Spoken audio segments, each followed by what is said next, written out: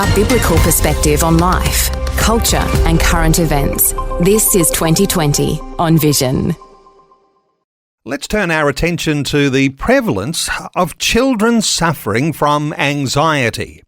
Parents are looking for some strategies as to how they can deal with these issues that are facing children. Julie Wilkins is a Christian counsellor.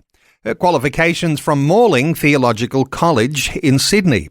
Julie created an organisation called Calmer Anxiety Coaching, and that's Calmer with a C, C-A-L-M-R.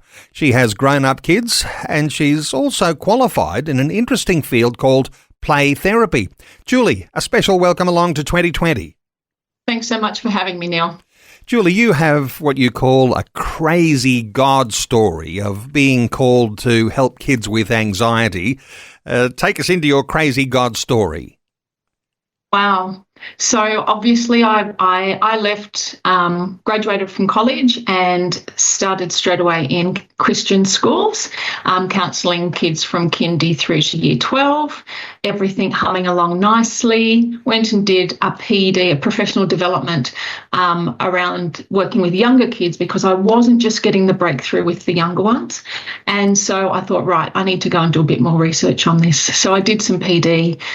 Play therapy changed my world with kids. They just responded profoundly. I was seeing breakthrough where I hadn't seen breakthrough before. And so I got to a point where I thought, no, I need to do play therapy full time. So I gave up school counselling and went into play therapy. But interrupted suddenly with a health journey that I wasn't expecting. And so in that time, I was like, what is my purpose? What is God doing? And he deposited in me quite early that self-employment would be part of the picture. I didn't know how that would look.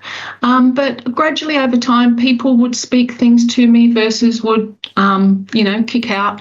And there was a while there where certainly I wasn't well enough to do a lot. But all of a sudden, I haven't experienced them much before, but I was getting visions and dreams and prophetic words. And I was just like, oh, what's this? And so I was sitting on the beach with my husband one day and I just said, I'm feeling well enough. What is God saying? And he just said very casually, as, this is how it works, isn't it? He just said, well, what are you really good at? When you were working with these kids, what's one thing that just came so naturally to you? And I said, I know exactly what it is. Anxiety. Like I just got it. I worked with the kids and he just said, do that. And here we are. Here we are. It's exciting. And we're talking anxiety today.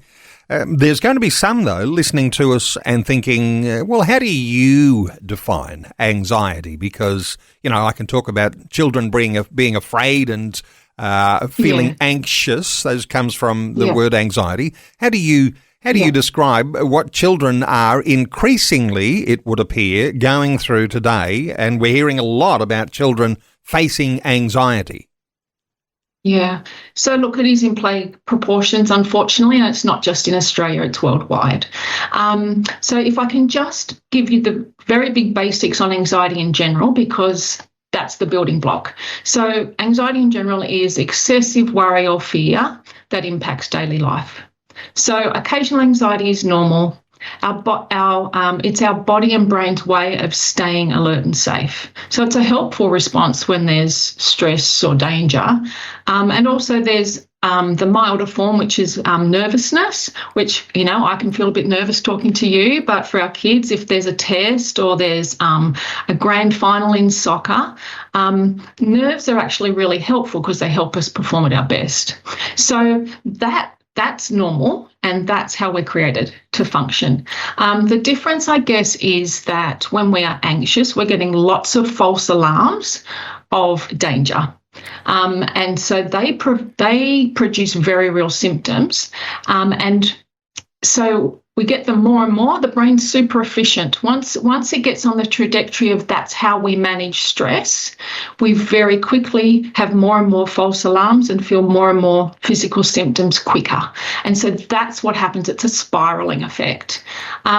So when we think of anxiety, the three main things we consider are the brain response, which is our thoughts, our physical response, which is the symptoms and the feelings we get in our body, and then our behavioural response, which is usually avoidance or panic or kids melting down. So if I can use an example, if mum's coming home late from work, or mum's due home at 6 and it's 6:15 and the kids rung and they can't get hold of mum, a child might go, where is she? Where is she? I've rung her, she's not there.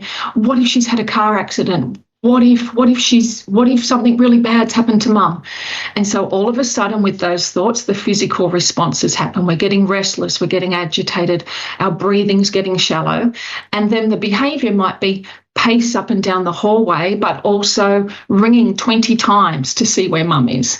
And so that is the process. I used to tell kids in the schools that, if I picked them up on my way to school and said, yep, you need a lift, I'll pick you up. And if we drove to school and we're in a car accident, now it's not a bad one, it's just a ding up the back. I check, you're okay, I'm okay. I'm a bit shaken, but I get out, I take details and I go off to work.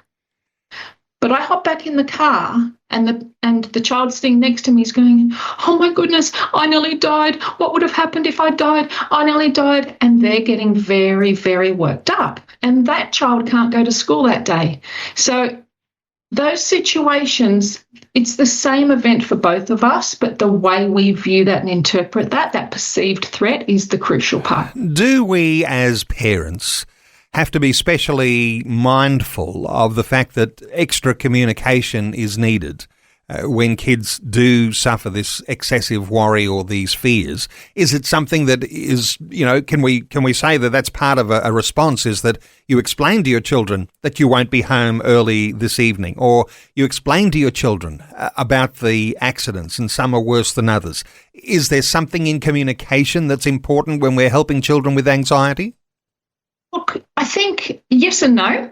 I think if we use the example of mum being home late, if some children might go, oh, mum's home late, maybe we're getting takeaway, and they can get excited and just go and sit on the couch and watch telly till mum gets home. And so somewhere in the middle there is the truth of, yes, sorry guys, I had to duck in and get some groceries and I left my phone in the car. But if, yes, parents can ring kids and say, mum's going to be home late, I've just got to duck in and get something. But also, too, our children do need to learn that life does happen and it's not always going to be predictable at all times, and it's not always going to go the way they want it to all the time. And really, when we've got a predictable lifestyle, sometimes you've got families, kids are well protected, they're fed on time every day, they're taken to school, we look after them, they're almost in cotton wool, and all of a sudden something goes wrong. Is there something in having a looser regime where kids are exposed to all sorts of strange things that happen?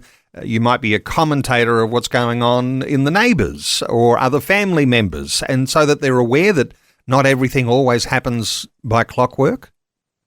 Yeah, I think it's really important that we don't over protect our kids and shelter them too much.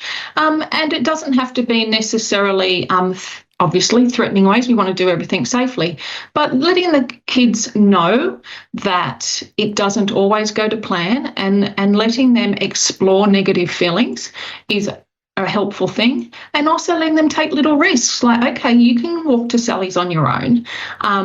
So allowing them that little bit of movement is actually really helpful.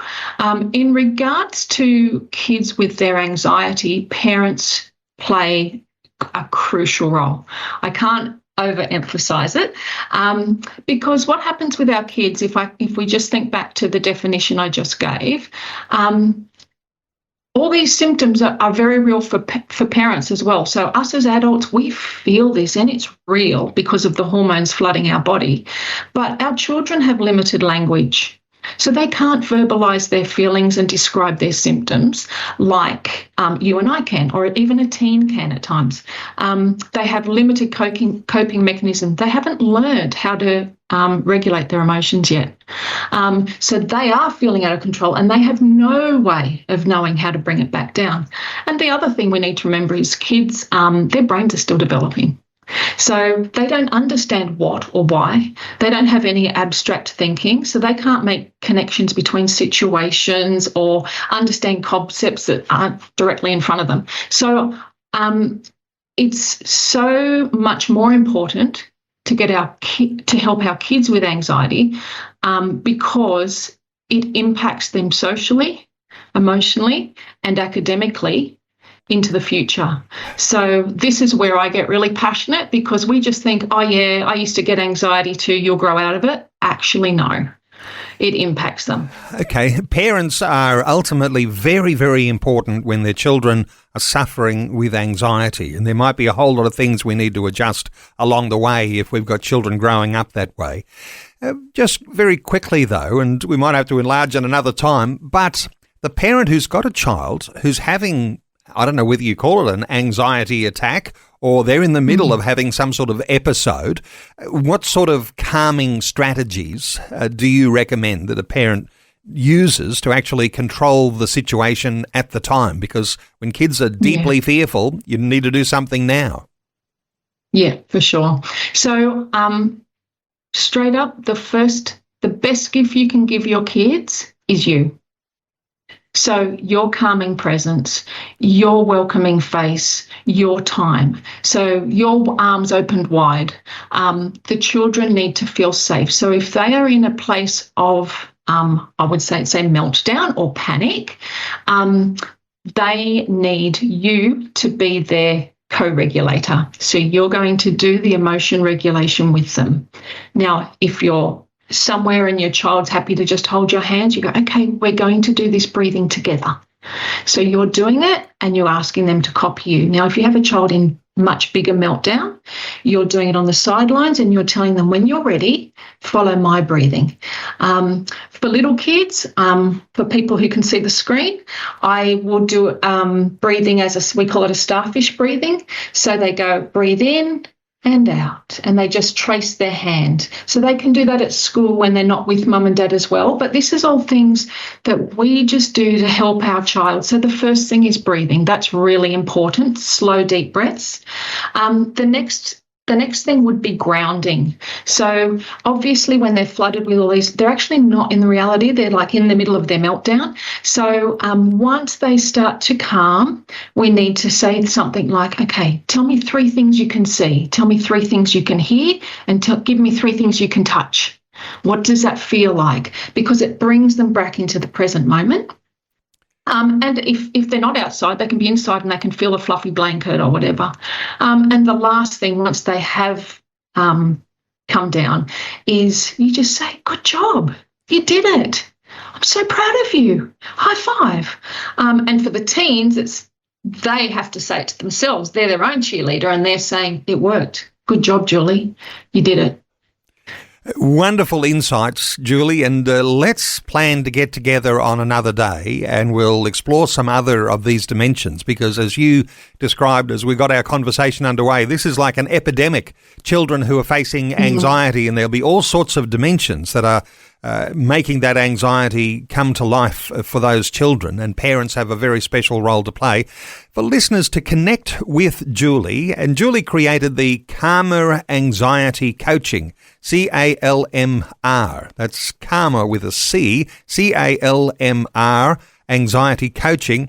You can connect with Julie at her website, calmeranxietycoaching.com.au, and I might just add that you've coaching for teens online. So if you're in the middle of the outback and you're thinking there's no That's coaching right. nearby, there's still that opportunity to connect with Julie and to get some insight and some preparation as to how you can help that anxiety in your children and teenagers and adolescents all across Australia. That website, calmeranxietycoaching.com.au. Julie, we'll talk again another day because we didn't get to talk about play therapy, but thanks so much for updating us today on 2020. You're welcome, Neil. It's a pleasure to talk to you. Thanks for taking time to listen to this audio on demand from Vision Christian Media. To find out more about us, go to vision.org.au.